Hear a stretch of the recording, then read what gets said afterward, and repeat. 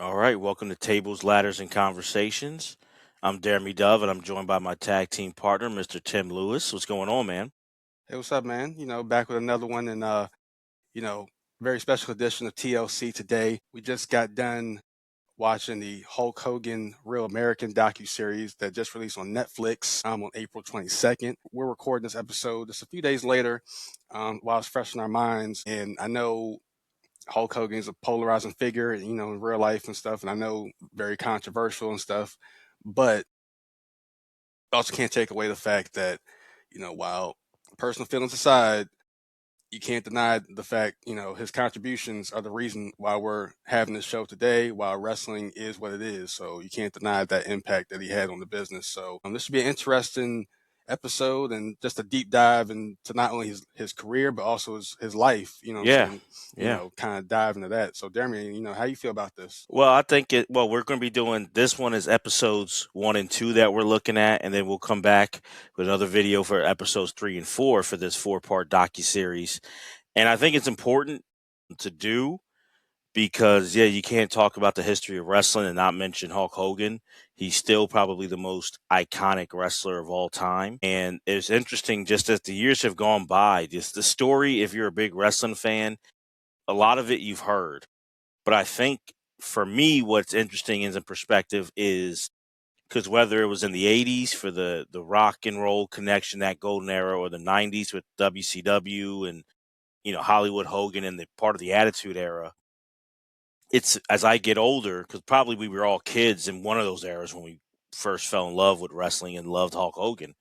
But when I get older, I think about the business part and I think about what it was to take professional wrestling from the back rooms, from the small venues into a national, you know, scale and to be on par with the NFL, NBA, Major League Baseball, where, there's before Hulk Hogan and we'll get to it, Vince McMahon, there's no way you were like, oh, they can sell out this big football arena like a Super Bowl can. But because of really on the backs of those two men, that's where we are today. And WrestleMania is one of the biggest events in the world. And WWE is a household name. It's a brand. It's almost like, the whole hot tub, but jacuzzi is like that big. People just say for a hot tub, jacuzzi is like for pro wrestling, just WWE for everything. Even if it's not that, it's become that way. And it's because of Hogan and Vince. So I think it's interesting just to get into and look at that. Absolutely, man. And I just want to put you on the hot seat real quick, if you don't mind. So I got a couple questions. One, before we knew what we knew about Hulk Hogan and stuff like that, were you a Hulkamaniac when you were younger? Were you a Hogan fan? Yeah, I Okay. was a Hogan. Yeah, before the comments and stuff, I was a Hogan fan, and I Okay. watched Hogan. I even watched Hogan's Knows Best and everything. And Yeah, I did too. I thought yeah, I thought it was a fun show for the time and I did stuff. too. I Yeah, did too. yeah. So like I wasn't like the biggest Hulkamaniac, but I thought he was like the cool, OG and stuff like that. Like I recognized like what he did for the business and stuff. Plus, my dad, he was a big Hulkamaniac too back in the day. He used to tell me stories about Hogan and stuff. That's why WrestleMania 18, hits different for me because The Rock being my favorite wrestler of all time, and his favorite was Hogan and stuff. So our two generations colliding, what I'm saying, it was like a good father son bonding moment for both of us and stuff. So that's why WrestleMania 18, that match with Rock and Hogan, that's like one of my favorite WrestleMania matches right there. I think for a lot of people too, they even mentioned that on the docu series. Well, I want to save that's for the next video because Yeah. I want to get into that Oh because yeah. that's episode 3. Yeah. We But got. we we We got got time. we got to get in that later. But We no, I got hear time. you though. It was Hogan was a big deal. Yeah. Yeah. So for my second question, to put you on the hot seat again, who do you think made WrestleMania? Because we know obviously Vince McMahon, he created WrestleMania. He was the brain behind it, but Hogan was the face of it. And I know a lot of people. There's been a debate for years, especially if you go back to like their feud going into WrestleMania 19, the 20 years in the making street fight they had. Like who created WrestleMania? Was it Vince McMahon? Was it Hulk Hogan? You kind of say it was both of them. But who do you think like really made like Vince? He may have created WrestleMania, the idea of it, but do you think Hulk Hogan made WrestleMania what it is today? Like who do you think made WrestleMania? Do you mean just all of it or WrestleMania 1 you're talking about? Like basically like what it is today, like as we know it today.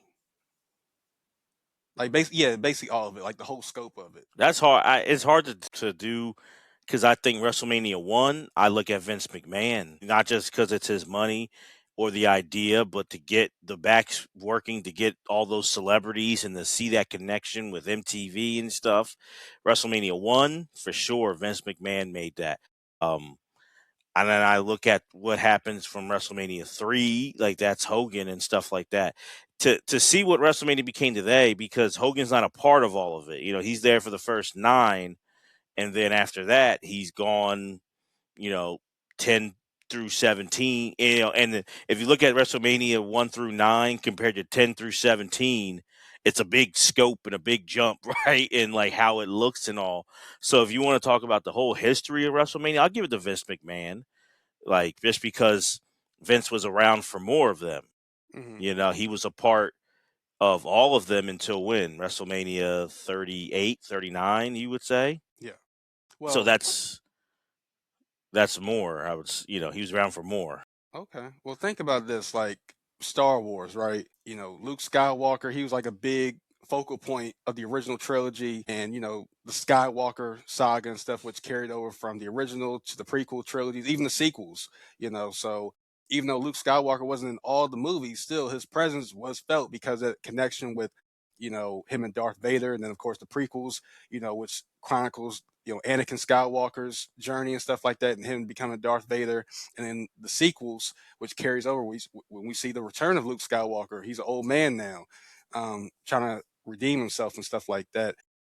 Do you feel like it's kind of like that, even with Marvel too? Like, even though Tony Stark, he's gone, but his presence is still felt. Like, do you feel like Hogan's presence was still felt? Because before every WrestleMania, they show the highlights. They show him, ripping the T-shirt, slamming Andre the Giant, him and Ultimate Warrior facing off. Like, do you feel like it's kind of like that, where his presence is felt through every WrestleMania, even though he's not in all of them? Yes and no. Hmm. Because WrestleMania is just like Super Bowls. When it's Super Bowl week, you're always going to go back to the past and like what are the greatest Super Bowl games, Super Bowl catches, Super Bowl blunders. WrestleMania has been around for so long, such a part of the culture that every time you get to WrestleMania, like the build up, that few weeks or a month, you're going to relive those countdowns and stuff like that. So he will always be a part of it for sure. But then I think as the years go on, Stone Cold Steve Austin's always a part of it. The Rock's always a part of it. John Cena, The Undertaker is huge and just a part of it. And I think that's the thing. Like, as Vince McMahon was a part of all of those, where Hogan has his run, but you can technically say who's more identifiable with WrestleMania. Like Undertaker, you can say is The streak. equally, yeah, with that streak, is equally as identifiable as Hulk Hogan. Yeah. You know, The Rock with his iconic moments from with Hogan and Cena, and even WrestleMania 40 with Cody and stuff. Like, so it's a part of everybody. Shawn Michaels has moments, and Bret Hart. He's literally Mr. WrestleMania. So I think that's why I give it to Vince, because he saw all of that. Yeah. If you're just saying the whole thing of WrestleMania, he saw all those things where Hogan had his part, a Yeah. piece of it, but not the whole thing. Right. Okay. I just wanted to clear that up, No, and good questions. Yeah. yeah, I just wanted to see, because this has been something that's been on my mind for a while and stuff. So, and we're talking about Hogan anyway. So, Yeah. So I wanted to get into it with you about what were your thoughts before you watched it. What was your expectations of the docuseries? Were you excited? Were you kind of nervous? Did you think it was going to stink? Like, what did you think? I'm not gonna lie, I was expecting them to kind of like BS us and like sugarcoat a lot of things. Hulk Hogan being a myth teller, for a lot of his life. I was expecting him to kind of skate by a few things, but I was kind of surprised that they actually touched on a lot, especially a lot that we didn't know, like especially when his personal life, like early on growing up and stuff. Like, there's a lot that I didn't know about him, so it definitely surprised me a bit. And you know, if you read between the lines, you can kind of tell he might have been exaggerating here and there on certain things, if you pick up on them. But, I'm surprised he touched on a lot of stuff. So, No, I kind of thought it was going to be something. What I've tried to remember with documentaries, especially on documentaries where I know the topic well, is that they're not making it for me or for you, like for in this case, like you, like with as well, like we've watched so many things. We've watched all the matches with Hogan, and we've seen WWE's anthology and their documentaries and A&E and all these different things. Listen to other podcasts talk about it. So I was like, well, let me just watch it because they're probably doing it for the Gen Zers who maybe see the matches on WWE Network or when it was on Peacock, but like didn't really live it, maybe don't know all the stories or and just know the scandal. But I agree with you. It was still it was watered down a little bit, but it was more than I thought it would be. In my opinion, the reason why and the MVP of it was Linda Hogan. She, I feel like, was very honest, Yeah. very vulnerable, very blunt with her stories. And I feel like that helped fill in gaps on things that I think if she wasn't in it or if she didn't speak the way she spoke, it would have been much, much more watered down and like left us kind of empty, in my opinion. Yeah, she was in it a lot. They interviewed her a lot. Yeah. You know, and it's crazy because they had a nasty divorce like around '07 and stuff. So I'm surprised she even did it. But I guess given that after Hogan passed, because she was at his funeral too, they showed her at the funeral and everything. So and of course they both have kids together too, so they're always going to be connected no matter what. And she even admitted like she still, even though they weren't like together, she still had love for him and stuff like that too. Because she's been with him for like 25, 30 something years or something like that. So I know someone that long, you're always going to have the connection. So I'm surprised she was in it that much, but she did give a lot of details and stuff that we didn't know. Cause I mean, who knows him better than the person that's been with him for like half his life? You know what I'm saying? So Yeah. And I think, 'cause I feel like her interviews were before he passed too. I think maybe time, I think probably they both grew in some ways. You know, uh, Hogan talked about finding faith and getting born again, and maybe Linda, you know, things go by, and like she said, with someone from the age of 22 or 23 to 49, half your life like that, a lot of memories and a lot of tough times, but also a lot of great times. Most importantly, having two kids, yeah, but also, you saw those home videos. There's a lot of fun times too in there as well. And a lot of, I bet, a lifestyle that she could only dream of having, before she met him. But as we all know, but we fight the battle, material things are material things. And I think it's just interesting to me that, and we'll get into it more with episode 3 and 4, Tim, but like,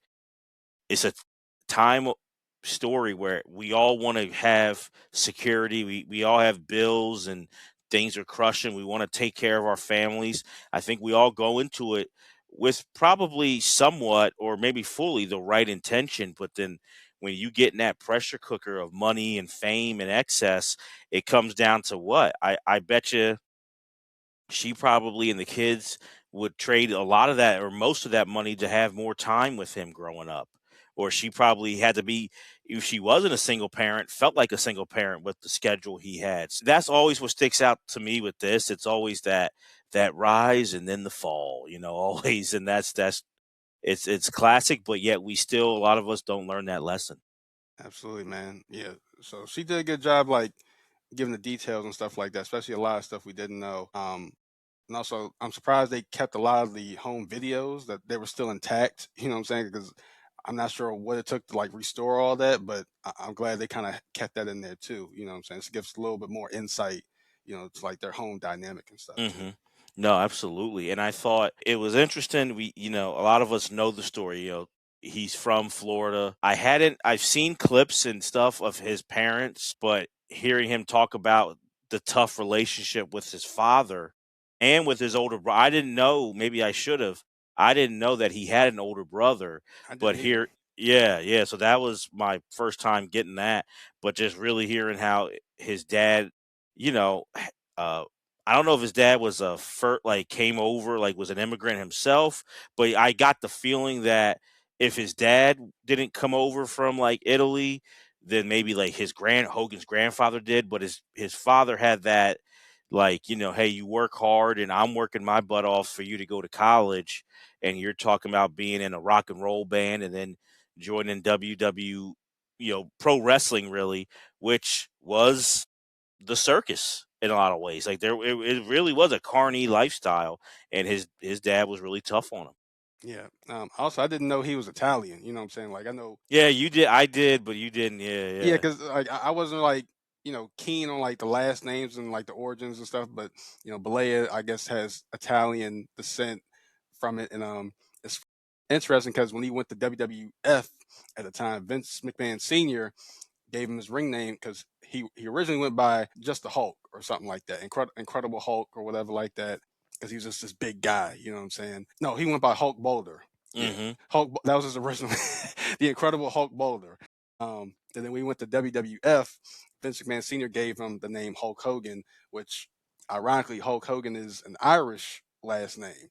And I think the McMahons they're Irish themselves too. Mm-hmm. So I think that's probably where that came to play. But he always did that though, because Chief Jay Strongbow playing a Native American, and he was Italian Mm, in real life. You know what I mean? So like they, you can't do that now. yeah, But they knew that it was that's what made the Northeast a unique territory than other ones. It was very diverse. When you go to New York, Philly, Boston, so then they wanted to have Bruno the Italian, Pedro Morales for like the Hispanic Puerto Rican, Chief Jay Strongbow, so Hogan for that Irish population is what he was thinking about. yeah. It's interesting too because you mentioned Chief Jay Strongbow and Hogan both being Italian in real life, but also you might remember Muhammad Hassan. Mm-hmm. That controversial angle he did. He's actually Italian in real life. He's not even Middle Eastern. You know what I'm saying? So Right.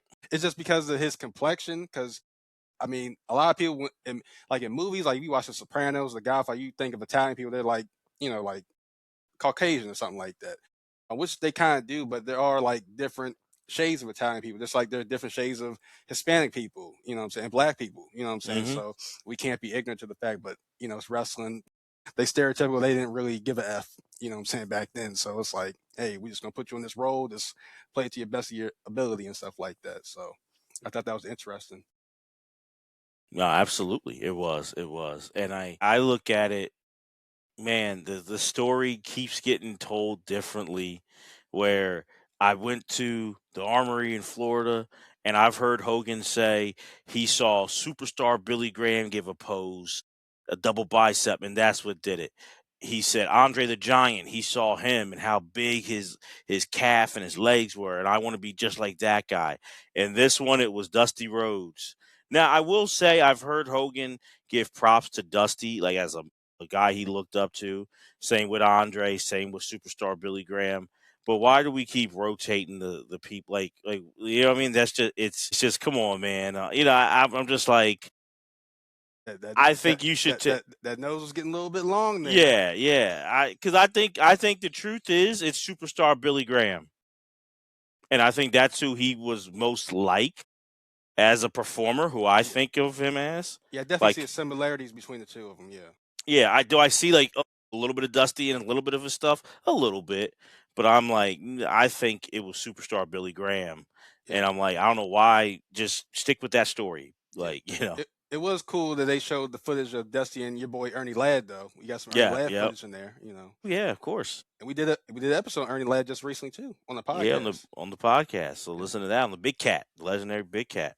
Yes. But it's just interesting. What I will always give Hogan Tim credit for was, and they didn't say his name, Hiro Matsuda, as the trainer, but Hiro Matsuda was a legit tough dude. And when Hogan went in to try out, I don't know. They say broken leg or if he tore something. Either way, Yeah. it's painful. Yeah. They But he said came back. they said they broke his leg, like legit broke his leg. I've heard broke his leg. I've heard other things like like he tore something or blah, blah, blah. But either way, I believe he was hurt. Hmm. He got injured. Hiro Matsuda was like, you're this this tall, big, rock and roll guy coming into my business. Let's see how tough you are. And I don't think it gets enough credit. Like Hogan paid his dues because to have whether if your leg was broken or your ACL, whatever it was, and to come back and say, I still want to do this, that shows a passion, a love, and a guy willing to do whatever, and a guy who paid his dues in this business. Yeah, absolutely, man. I don't think they talk about enough about his run in Japan. Like I know Hogan, he's not like the best technical wrestler that we've seen, but if you go back and if there is any footage still left, like you see some of the footage, like when he was wrestling in Japan, like he actually was a smooth worker in Japan. Like he, There is clips on YouTube of it, yeah. yeah, like he was like real tech, like he was in his bag, you know, as far as wrestling and stuff. Like he was doing like insecurities, drop kicks. I'm like what Hogan? Like he's like 6'6", 6'5" or something, doing drop kicks, insecurities and stuff. You know, he's pulling out holes that you would have never thought he would do and stuff because he you see him do that big boot, the Hulk up, and then the leg drop and stuff. Maybe like a few right hands and stuff, but he wasn't like the most technical like Bret Hart. But in Japan, he was cooking. You know, you would have thought he was Kenny Omega or something over there. Think it just shows though. That's the thing. Like it, it wasn't a sign of when he gets to Minnesota and WWF and all that stuff. It wasn't a limitation thing. Now, is he the greatest worker? I still wouldn't call him the greatest worker, but I think people think he was a bad worker. He wasn't a bad worker at all. It was a choice that was made by himself and promoters over here, like, what sells. And the audience is very different in Japan than in the US. And even in the US, there's different regions that liked, especially back then, liked certain styles of wrestling more. So I Even think today. even today it's still there. Even I think it's gone down, but you're right, it is still there. So Yeah, I think it's important to highlight those things about his toughness and his resilience, but also his versatility, like you said. absolutely. And I just want to backtrack to like his brother real quick because I don't think we touched on that enough. So I didn't know he had an older brother who was like 8 years older than him. So when they started talking about him and how his brother passed away and how that really affected him, that was like basically like a reality check for him, like for him to get his life back on track and stuff like that. So how do you feel about that and how that Yeah, I was impacted going to him and get stuff? to that when once he got to the rise, but Oh, like, yeah, okay. no, I thought it was. I was wondering. Obviously, once I saw that he had a brother, and I didn't realize it, I was kind of wondering. Well, either he passed. I didn't look it up. My instinct was to look it up. I didn't look it up, but either he passed or they're not talking Hmm. because like I feel like your brother, if you're close and he's still alive, he would be in it, or he'd be in some footage or something, or there'd be showing clips of him at the matches cheering them on or something like that. But so I was like, something happened. I didn't know his brother though had, you know, that disease of addiction, and that the way they told it, and the thing is, I hate to say this, God bless both their souls. I don't know if Hulk's telling the truth or not, because it seemed like that night he gave him money, and and he was like, hey, just hold on. He's like, no, I gotta pay some bills. And then I'm like, was it a few hours later he found out his brother overdosed or died, or was it like he went on a bender and it could have been a month later like he died? Like, that's what I wasn't sure with the movie. And not that it matters, in the end it's still tragic, but that's why I'm like, was Hmm. it that instant? Because that is, it's traumatic no matter what, but that's really traumatic if it's like, hey man, you should slow down. But no, I gotta go pay some bill. I'll be back. And then you give money, and then like the next day he overdosed. Like, that is, all of it's traumatic, but that's really traumatic if it did happen like that. Yeah, man. Incredibly sad. You can see like he was like getting choked up about it. He felt uncomfortable talking about that. So that must have like really affected him because he never brings up his brother at all in anything. One thing I've learned about grief and people, and within the past 10 years and losing people myself, and I always thought, obviously, I mean, death is tough no matter what, but oh, it's the toughest for the people you were really close with, the closest relationships. That's when you feel the hardest. And then people pointed out to me that a lot of times, I mean, there's no right or wrong answer, but the toughest are those that are like, they're kind of strained, or it's distant, or you had a falling out because like you didn't maximize that time. And then you wonder, did that person know how I felt, or why didn't I make more of an effort, or we get busy, our lives were different, all these things, or we just didn't understand each other. But I did love him, or I did love her. So I think that stood out to me there because I mean, I think he kind of said it like they weren't the closest, but that was still his older brother. He still loved him. His brother, he made a reference like when he went to Oakland, his brother would bring the Hell's Angels out there and to watch him. His brother loved him too, but due to differences, due to age, due to lifestyles, they weren't as close as they could have been. And those are you can see with Hulk Hogan, that's the kind of grief that really it hit him. Like it was a missed opportunity. Right. Yeah, man. So it's tough. It's tough to that was a really tough part to see that and to hear Linda, tell the story. Like and I'll keep saying it, especially those first two episodes, which what we're talking about here. She really shed a lot of light on their story, but on Hulk's story at the same time. You know, uh, it was fascinating. But I look at it right, and I think it's so easy now, and I do this with a lot of people, famous like in the spotlight, but people who I know personally, where it's like, man, with hindsight, it's like, oh, that was such an easy decision to make. Of course you do that. But in the moment, it's tough. And I'm going to go to the part where he's wrestling for Vince McMahon Sr. He's on the rise, and he gets his opportunity from Sylvester Stallone to be in Rocky 3. And Vince McMahon Sr. said, "You have a booking in I don't know if it was Atlanta or Charlotte or someplace, but he's like, you have a booking there. You're not a movie star. You're a wrestler. I expect you to be at your booking, or you're fired." And if anyone knows, Vince McMahon Sr., even the territory days, was the most powerful promoter of all the promoters because he had New York and the Northeast.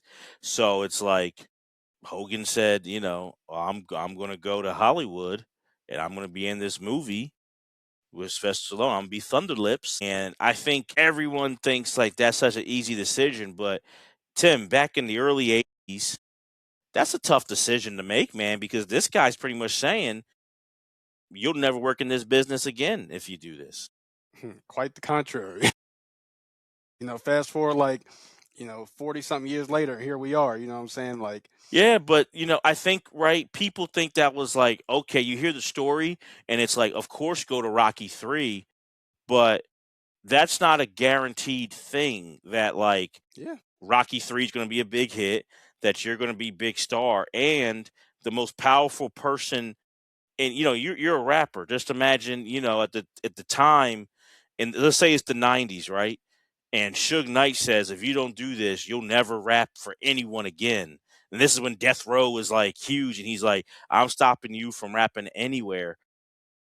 yeah. That's a big decision to make. It's like, Tim, will you do this movie, or are you going to listen because you want to be a rapper, but the heavy hitter here is saying you're not going to do it again. It's tough, you know what I'm saying? It's no guarantee with anything, Right. in business and life. It's just one of those things where I can kind of relate to him on that because it's like you're betting on yourself. You got this opportunity to do something, maybe transcend the business. I mean, a lot of people don't understand. Even though he wasn't like the biggest movie star, he tried Hollywood, but he was like the first wrestler to kind of like transcend and cross over. And Rocky 3 kind of started that. You know what I'm saying? I don't know if there were wrestlers in movies before that. I just know, Some, I just know but not Rocky like that. yeah, I just know Rocky 3 had the biggest splash, you know what I'm saying? And it got people's attention and got them to kind of check out the people who were like doubting and like talking about wrestling. Like Rocky 3 gave them the opportunity to kind of like see it through a different lens. It's like, oh, like this does look cool, you know what I'm saying? Like, and the fact that Sylvester Stallone was on board with it and supported it, like that got it over even more, you know what I'm saying? It made people want to tune into wrestling more. Like, okay, let me see what's going on more with this wrestling and stuff, you know what I'm saying? So, That's one thing you got to give Hulk, and Vince had it too. And I think, but we knew Vince was a business, and he was owning the company. But Hulk was a great business guy as well. yeah, And I wonder if Hulk business acumen wasn't as high, how this relationship would have looked, and how the business would look. Because I think you said it great. That's a great way to say it. He was betting on himself and did it like with this exposure, and I believe I'll be able to make it. And I think also he knew not many people have a physique like me. Because if you look at it, he's taller and bigger than Billy Graham, Jesse Ventura, and he's not, how do I say this the correct way? He's smaller than Andre the Giant. So he's not in a giant category necessarily, like where he's going to be compared to Andre the way like a Big John Studd was, or if that makes sense, the Big Show years later, where you're in that Andre of like a real life giant category. But he's like just at the close like neck like to it where he's still like not a giant, but he was a huge dude and had that blonde hair. And I think that's to me what was big with him, his physique and his physique in Rocky 3 compared to Stallone, and they really hyped up that size difference and all. And I think he knew like this will put me over with somebody. If I can't get back into wrestling, Hollywood will use me, and that's huge. Yeah, and shortly after that, didn't he go to AWA after that? Yeah, he went to Vern Gagne. Yeah, Yeah, and ironically, I know Vince Senior said he'd never work in the business again. Then Bernie Gagne scoops him up, and he gets over there, and builds up his stock there. And I know he was like a heel, like at first and stuff like. I know we talk about like the heel turn on stuff. We'll get in that later, but he actually started out his career as a heel and stuff like that. So for him to like go from heel and work his way up and build that fan base up in the AWA, like that's what really got Vince McMahon Jr.'s attention. He's like, oh, we need this guy back over here because he's making waves over in Minnesota at AWA, so we need to get him back. yeah, and I think I've seen Vern Gagne's son, Greg Gagne, who was a wrestler back then too, Yeah. talk about how Hogan got over, and that's when that at AWA is where the ripped shirt first came into play and all. And there wound up being a disagreement because Hogan was selling shirts, and then they were like, "We own that. That should be ours." And then Hogan was like, "Well, I'm out of here," and went back to Vince. Now, what Greg Gagne has alluded was always that if he would have stayed in AWA, first he said like we made Hulk, and I'm not going to give him that. But in my opinion, but he made it seem like if he stayed in AWA, HulkaMania would have happened just in AWA, which I think he's pretty much saying AWA would have been top, then we would have had Hogan. Do you think there's any validity to that? I mean, maybe. I mean, I don't know. Hulk Hogan, you could kind of say that's like the origins of Hulkamania and stuff like that, where it started. But I don't know. It's like because WWF at the time they had the bigger budget. They were the top dog. You know what I'm saying? Even during the territory era, like there were other territories that were big too, but everybody knew New York WWF like they were the top dog. They had the bigger budget, so I think he probably would have got over. He would have been a big star in that territory in Minnesota and wherever other states they had, but I don't think AWA had the range or the budget or even the mindset to expand on that. You know what I'm saying? Like, That's where I'm at. I don't think it would have worked. right. And then it's like a couple years later, Vince McMahon Jr. comes up with WrestleMania. You know what I'm saying? And that gets over huge and that builds up Hulk Hogan stock even more because now he's working with Mr. T, one of the biggest stars in Hollywood at the time. He's sharing the ring with Muhammad Ali and Cyndi Lauper and all them. So that got Hogan even more because now it's like you're bringing all these outside people that are coming in. You're getting now he's introduced all these other people like Hollywood's taking, you know, um, a look at wrestling and stuff now. So that expanded his stock even more. I don't think AWA would have had that mindset to expand on that. No, that's why I disagree. It took Vince McMahon and Hogan together. Yes. Other promoters could have seen Hogan and they wouldn't have done. They would have been just working him, putting him on top, and he's their main event guy in that territory. I think Vern Gagne would have just in Minneapolis, Chicago, Milwaukee, they would have been just rotating on, and then Hogan drops the belt to Nick Bockwinkel or something like that. I just think it's just blows me away more and more as I get older. The risk that was taken, but the guts it took to make pro wrestling mainstream back in those mid 80s with those two guys. And there was other wrestlers who were a part of it, but the foundation is Hogan and Vince. Yeah, and I've mentioned Hogan betting on himself. Like I give anybody credit for believing in themselves and following their dream and following their path. But you know, the thing that makes you great could also be your downfall too. Because I feel like when he realized, like, okay, he can do this, it's like, Kanye West said, like, no man should have all that power. No one man, you know what I'm saying? So I feel like the more success he got, I feel like the more big headed he got too. You know what I'm saying? Which we'll talk about, maybe on the second part when we get into like the last two episodes. But I feel like that also became like his detriment too, just having more like Yeah. more power and stuff and getting over more. It's weird because I think you're absolutely right, and and like you said later, our next video we'll get into the later episodes. His ego did get huge, but I think where I have empathy for him at is one thing. If you're a wrestling fan, you hear and you all the time about, man, when you're in that top spot, there's a lot of pressure because everyone's depending on you to help bring in a big house, but also everyone's gunning for you too. And if you look at the time when Hogan came up, there's a reason, right? Like a lot of times promoters wanted the belt on someone they trusted and also on someone who knew how to, like, you had to have protection. You had to know how to handle yourself. And Hogan's not a known shooter. And a shooter is like a real amateur wrestler, a real grappler. Knows like Hogan wasn't a, I think he learned some stuff over the year, but he wasn't a real grappler, a real shooter. And it's just kind of is a great segue because I think that's why he had to be kind of cocky, but like smart and protective because there's people who would have taken him out maybe and would have maybe messed up HulkaMania. And we go to that night, in episode 2 when Hogan's at his storage unit and he finds his calendar. Part of me wonders, was that by accident or is that a wink wink in the documentary? But he's like, whoa, January 23rd, 84. And that's the night really HulkaMania begins, Tim, where Madison Square Garden, the champion, the Iron Sheik, a real shooter, a real amateur wrestler, was an assistant coach for the U.S. Olympic team in the 70s, was a bodyguard for the Shah of Iran.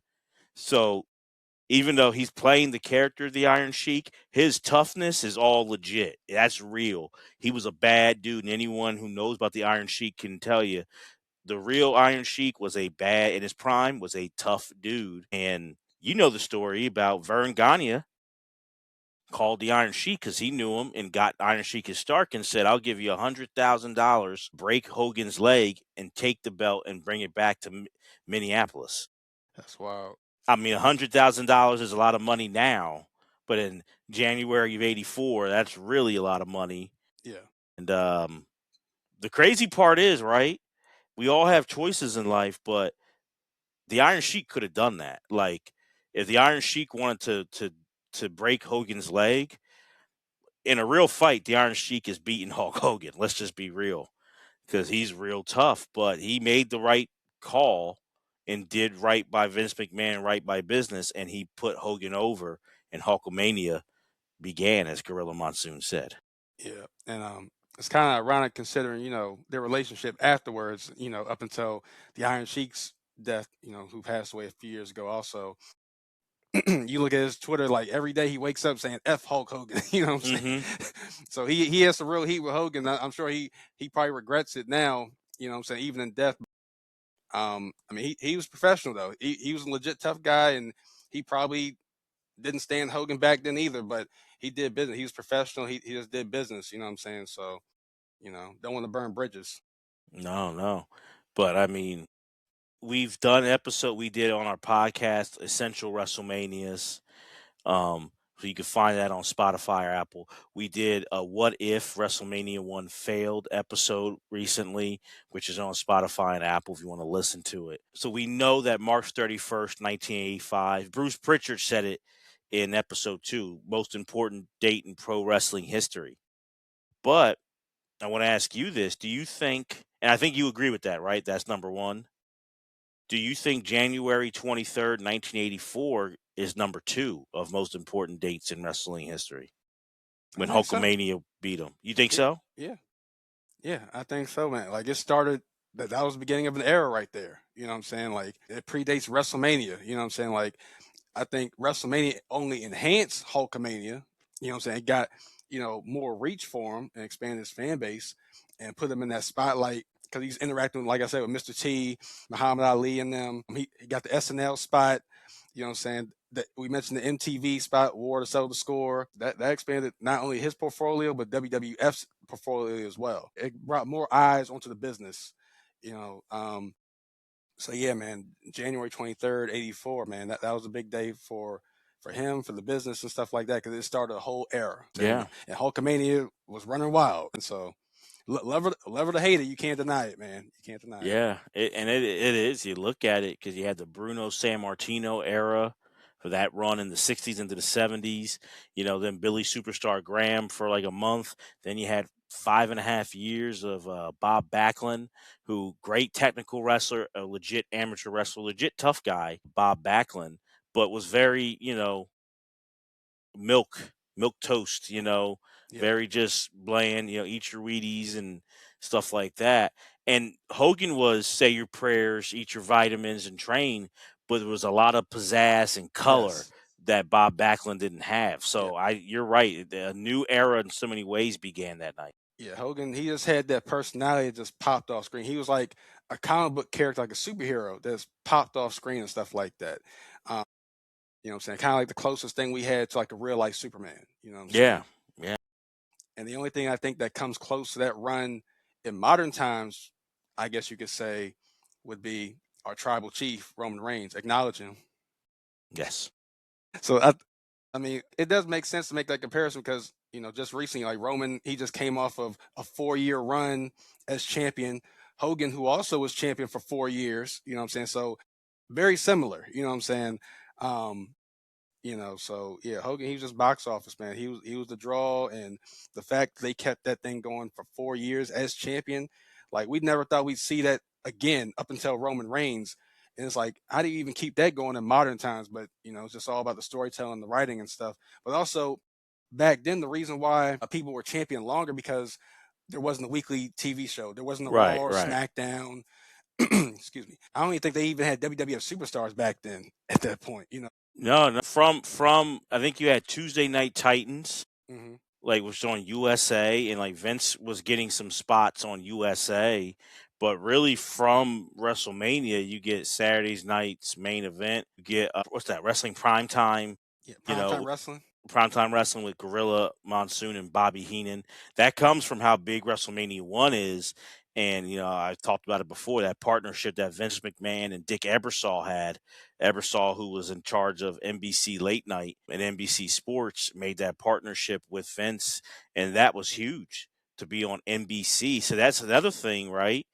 Which I think is big. What he had was, which is maybe why he's to me still bigger than Austin or The Rock as a wrestler. Now, The Rock as a movie star as well, then I think that's another conversation, Yeah, The right? Rock is in a whole nother stratosphere. Yeah, this with his, he now he's on Hogan, he stands on Hogan's shoulders, but he did his thing with the movies because he had success. He crossed over in success and dominated, and still is dominating to this Yes. day. Yeah. So I give him credit, so much credit. But Hogan being on NBC like that, where I know you're a couple years younger than me, but you remember where from cable, like network TV was still the big thing. You had cable, and then now we've gone into streaming and stuff. But when you were on network TV, there's more chances to have eyeballs because I don't know if you were like this. Like I didn't have cable right away in the '90s. Like I got that, I was like 7. There was years where I had to go to a friend's house to watch Nickelodeon or ESPN or MTV, and that was a big day in my house. We got cable, and I knew other people in the '90s into the 2000 who didn't have cable. So like being on NBC is a big reason why Hogan and the company, but especially him, became such an iconic figure in the '80s. Yeah, man. I can't think of a time where we didn't have cable growing up. I mean, maybe a few times, maybe we probably like downside just to kind of save money. You know what I'm saying? Depending. I think I've always had cable in my household. Network TV, I think for people like us in the black community, because we always couldn't afford cable and stuff like that. That's how we got into wrestling. I think for a lot of black people, like our first wrestling show was like SmackDown, because SmackDown used to come on UPN, which is on broadcast network television and stuff. That's how like a lot of us we prefer SmackDown over Raw and stuff. Um, but yeah, man, it's like I've always had cable, so it's like I never really knew the difference and stuff. But that is a big deal though, because you're able to get to So everyone you knew always had cable too? yeah, for the most part, yeah. See, I knew plenty of people who had cable, but I knew people who didn't get cable for a long time. Yeah, it'll be like a few people, but it's like everybody I knew mostly had cable, or maybe they go over a friend's house and watch it or something like that. So that's pretty much how it was back then. But I don't think anybody really talked about their situation. This is like everybody was just in on it. Either you go over a friend's house, or you just catch it at the next day of school or something like that. When everybody's talking about it. No, no, but that was big, and that you see the rise, and I think it was great to hear Linda Hogan um, talk about. It's funny, Vince and Hulk both married someone named Linda. I was about to say Linda McMahon, and I'm like, nope. And I'm like, is her name Linda, right? They're like, yeah, Linda Hogan. So they both married someone named Linda. I didn't think about that until just now. Yeah, But hearing her say, which I've never come close to, like their accountant saying like you guys have $1 million in the bank, and she was like they got it on afterwards, and I'm like yeah, I appreciate the honesty, because yeah, if I was married and I heard that, yeah, I do the same thing. So like what his story is in a way, especially these first two episodes, it reflects what the 1980s was with a lot of that Reagan era. A lot of money came into it, a lot of fast living, a lot of ignorance on drugs. We had Just Say No from Nancy Reagan, but then a lot of people were doing coke, and that was a drug for rich. If you had money, you wanted to show off, you did that. And so what you see in those first two episodes, especially the rise, to me reflects so much of the stories that we hear of people in the 1980s. yeah. Did you hear the story about Mr. T's daughter and how she met Hogan? So just before just before WrestleMania 1, he said her and her dad, Mr. T, they were in the hotel. I think the night before WrestleMania 1. I think Mr. T and Piper got into it because Piper legit didn't like Mr. T. And likewise, yeah. Yeah, they did not like each other. Um, so I think he was going to like be a man about it and apologize to him. But Hogan heard about the incident that happened earlier, and Mr. T's daughter said she saw Hogan like literally doing a line of blow, in the hotel room and stuff. I'm just like, which is weird because I'm like, why are you doing coke while a child's present and stuff, But whatever, it's the '80s. Um, so Hogan, he heard about the incident earlier. Piper came in the room, and Hogan got hot because he's high off coke and stuff like that. He's like in full Hulk mode and stuff. And he charges it at Piper and stuff. They get into it, get into a scuffle in the hotel room. They're throwing things around the room and everything like that. It's chaos. Like, did you hear about that story? I've never heard that story. Yeah, like she mentioned it. I think she Is does like that's known? she brought it. I think she does like stand up or something like that. So she may have brought up in like a sketch or something, or one of her stand up acts or something like that. I was Yeah, wondering. I never heard it. I figure you'd be on top of all that stuff, the documentary and all that behind the scenes stuff. I figure you'd be on top of that. I no, not Mr. T. I could tell you another story I've heard is he's a director, Charlie Ebersol, Dick Ebersol's son, and he did the whole "This is the XFL," that 30 for 30 about that. He talks about, Dick Ebersol producing Saturday Night Main Event and stuff, and he says one of his earliest memories was, this is after WrestleMania 3, I believe, like going into that, big show that they had after that with Hogan and Andre. But he remembers like going with his dad, Dick Ebersol, who's producing it, watching Hogan and Andre, they wrestle, and then it's late at night. They're the main event. Where do they go? So he's driving around. Charlie Ebersol like with his dad and Hogan and Andre looking for food, and they wind up a Wendy's is open. So he's like, and they're still in their gear. He said because they were just starving. He had to get out and get going. So he's like, I'm sitting in a Wendy's with my dad. I think he said Vince might have been there too, Mhm. and then Hogan and Andre. and they're eating just a regular Wendy's meal and stuff like that. And I'm like, that would be the most bizarre thing if I'm like 6 or 8 years old and I just watch these guys wrestle. And I mean, I worked at Wendy's, and Wendy's, I grew up liking Wendy's now, but it's like you're at a Wendy's with these guys, like it's just like bizarre. So that's a story I always laugh at. Mm. But I never heard the story you told. That's interesting. I'm gonna look that up.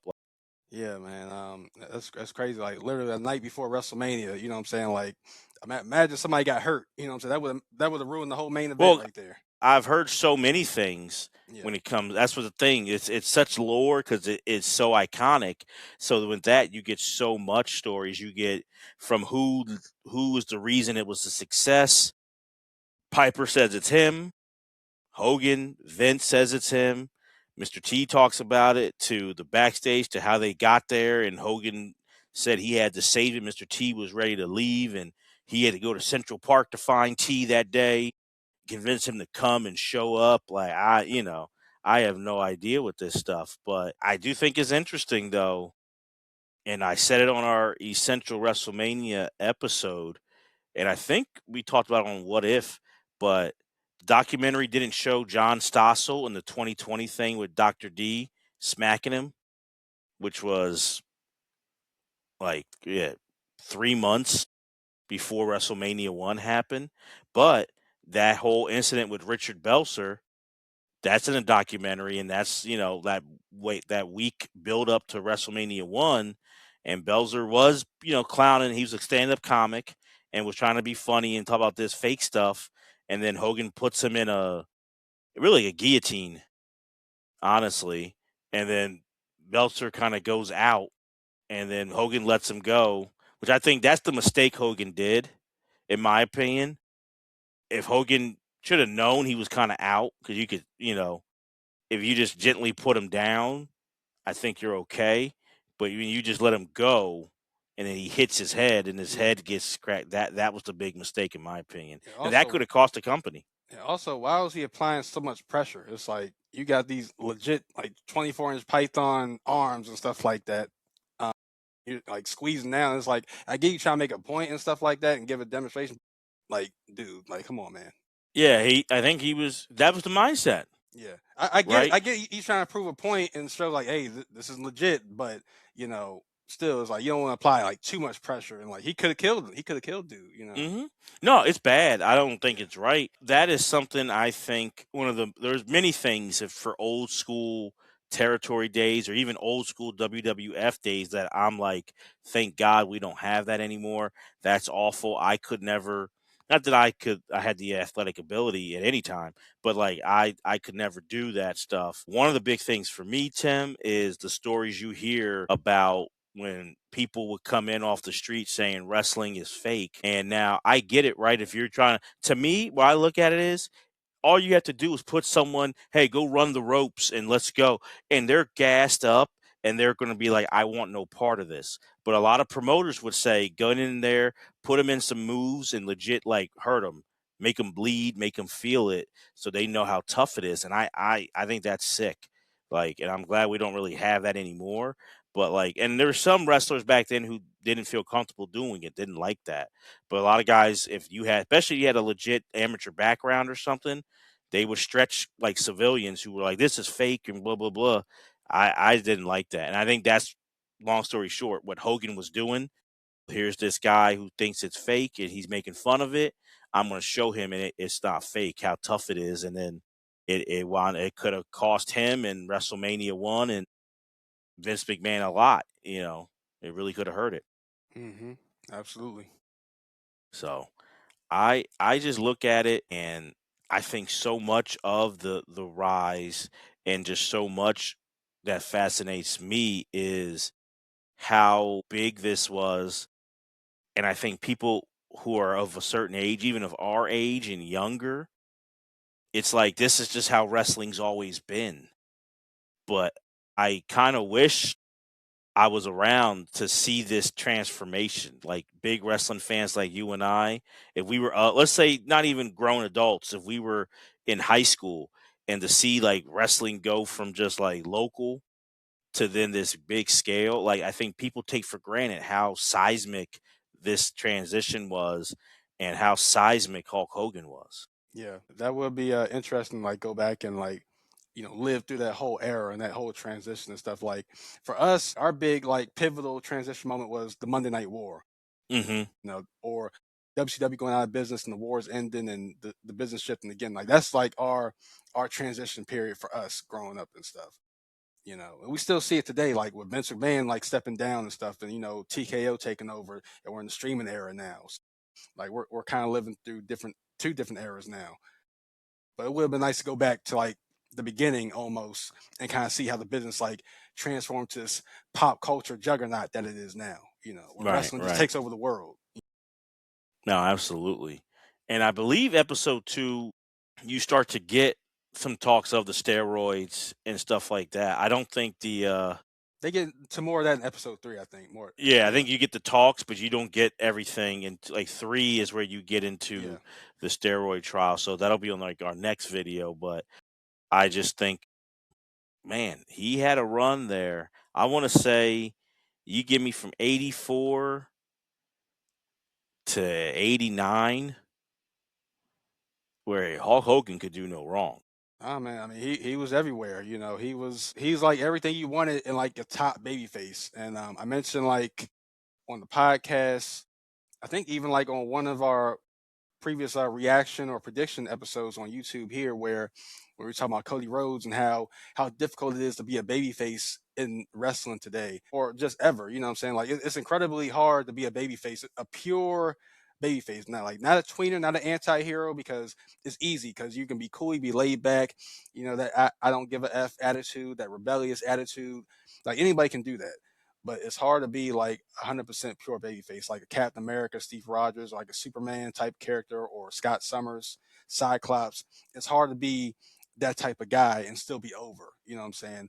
Where Cody Rhodes, he's done well these last 4 years of maintaining that status and keeping the fans engaged. And like only up until recently, like they just started like booing him a little bit. But we've seen other guys coming in between that, like Shawn Michaels. He had to deal with that. He was a polarizing figure. John Cena, Roman Reigns, even Batista. But Hulk Hogan, for having that 4 year run or even beyond that and still be over, like, but again, it's the 80s. So back then, everything was like more black and white. You knew the difference between good and evil, right and wrong. Where the Attitude Era, it kind of changed things a little bit. Like we talked about 1996, and how that was like the catalyst for the anti hero, basically. That was the birth of Austin 316, the NWO. You know what I'm saying? So it changed everything. You know what I'm saying? Yeah, man. But going back to the 80s and stuff like that, Hulk Hogan, he was the man. You know what I'm saying? Like undeniably, and that's back when baby faces, people believed in heroes back then.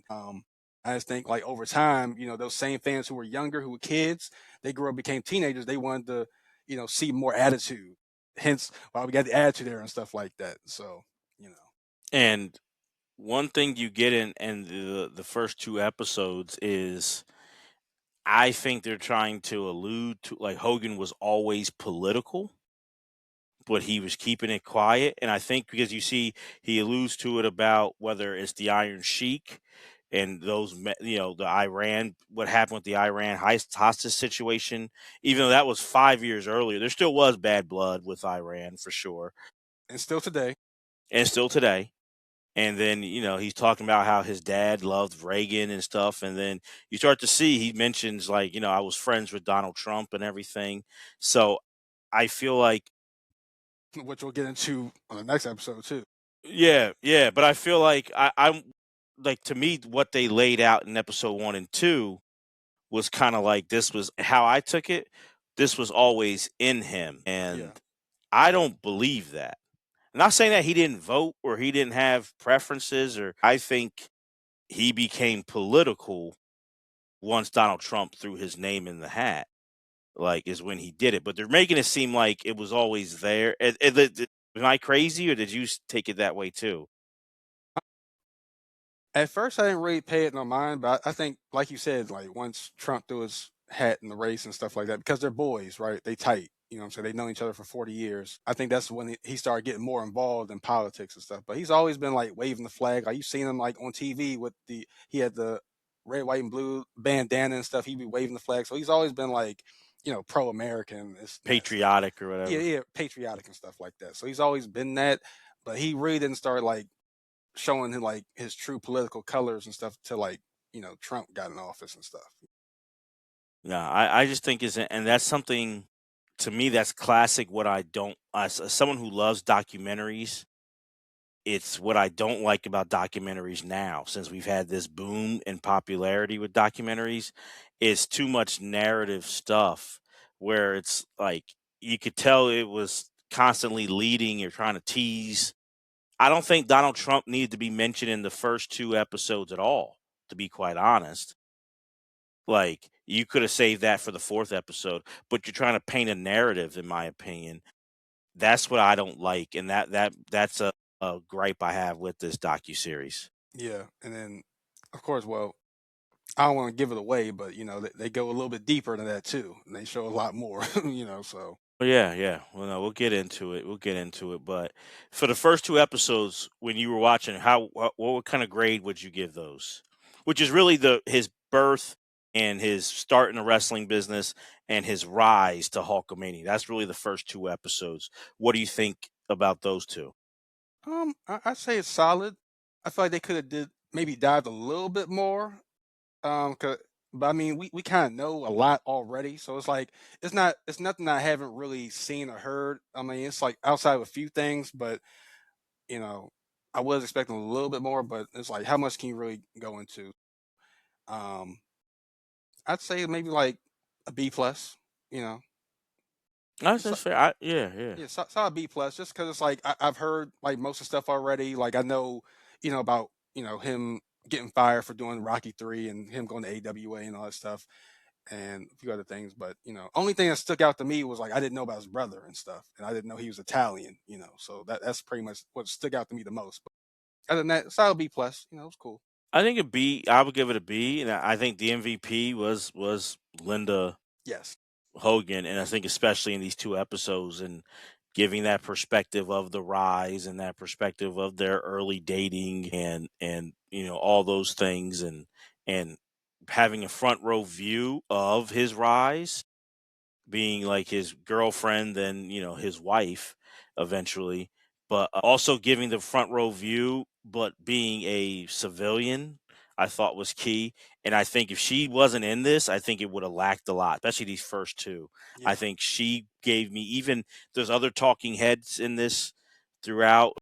They use archival footage for some people, like you hear Vince's voice and stuff, but I think she made these two like a B, in my opinion. It wasn't Hogan, it wasn't anybody else. It wasn't even the production. Like, it was not. You could tell they have money as Netflix, but it wasn't that. Linda Hogan was huge. Yeah. She definitely made those first episodes right there. Probably this whole Okay. doc because she had a lot of Yeah. information to give and stuff. So Absolutely. yeah. Absolutely. So this is it for episodes 1 and 2 of us reacting to the new Hulk Hogan Netflix documentary, Hulk Hogan Real American, his docuseries. So we're going to end this and we're going to go. You can watch our next one where we recap episodes 3 and 4 and put a bow on the entire docuseries of what we think about it. So please like, subscribe, tell your friends to follow us here on YouTube for tables, ladders, and conversations. You can follow our social media at TLC Wrestling Pod on Instagram and at TLC Wrestling Pod on Twitter/X as well. And you can listen to our podcast, which drops every other Thursday at Apple, Spotify, and wherever else you listen to podcasts. So for my tag team partner, Mr. Tim Lewis, I'm Deremy Dove. Thank you guys for watching Tables, Ladders, and Conversations.